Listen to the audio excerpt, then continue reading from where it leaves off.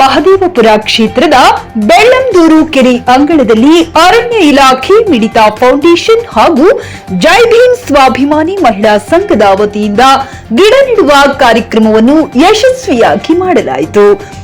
ಪ್ರಕೃತಿ ವಿಕೋಪಗಳನ್ನು ತಡೆಯಲು ಭೂಮಿ, ಅರಣ್ಯ, ವನ್ಯಜೀವಿಗಳ ಸಂರಕ್ಷಣೆ ಅತ್ಯವಶ್ಯಕ ಎಂದು ಮಿಡಿತ ಫೌಂಡೇಶನ್ ಅಧ್ಯಕ್ಷ ಪರಿಸರ ಮಂಜು ತಿಳಿಸಿದರು.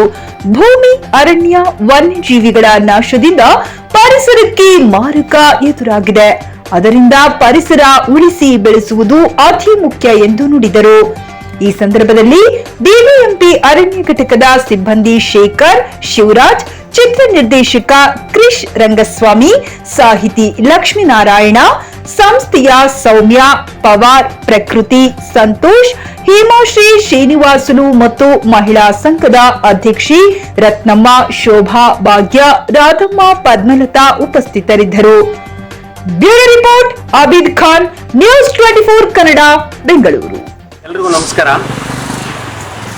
ಇಂದು ಬೆಳ್ಳಂದೂರಿನ ಕೆರೆ ಅಂಗಳದಲ್ಲಿ ಸುಮಾರು 50 ಗಿಡಗಳನ್ನು ನೆಡುವಂಥ ಕಾರ್ಯಕ್ರಮವನ್ನು ನಮ್ಮ ಅರಣ್ಯ ಇಲಾಖೆ ಸಹಯೋಗದೊಂದಿಗೆ ಮಿಡಿತ ಫೌಂಡೇಶನ್ ನಮ್ಮ ಇಡೀ ತಂಡ ಎಲ್ಲ ಸೇರಿ 50 ಗಿಡಗಳನ್ನು ನೆಟ್ಟಿದ್ದೇವೆ.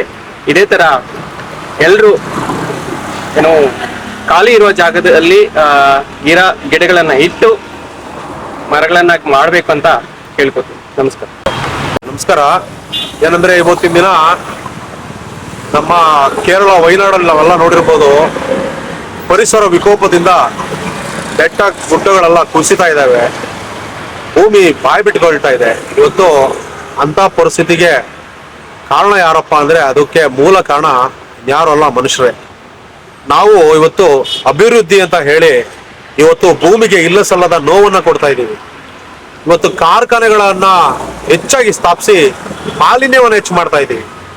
ಇವತ್ತು ಭೂ ಮಾಫಿಯಾ, ಕೆರೆಗಳ ಒತ್ತುವರಿ, ಮಾಲಿನ್ಯ, ವಿವಿಧ ರೀತಿಯ ಮಾಲಿನ್ಯಗಳನ್ನ ಮಾಡಿ ಇವತ್ತು ನಮ್ಮ ಸಾವಿಗೆ ನಾವೇ ಕಾರಣ ಆಗ್ತಾ ಇದ್ದೀವಿ. ಆ ರೀತಿ ಆಗ್ಬಾರ್ದು ಅಂದ್ರೆ ನಾವು ಪರಿಸರ ಸಂರಕ್ಷಣೆ ಮಾಡಬೇಕು.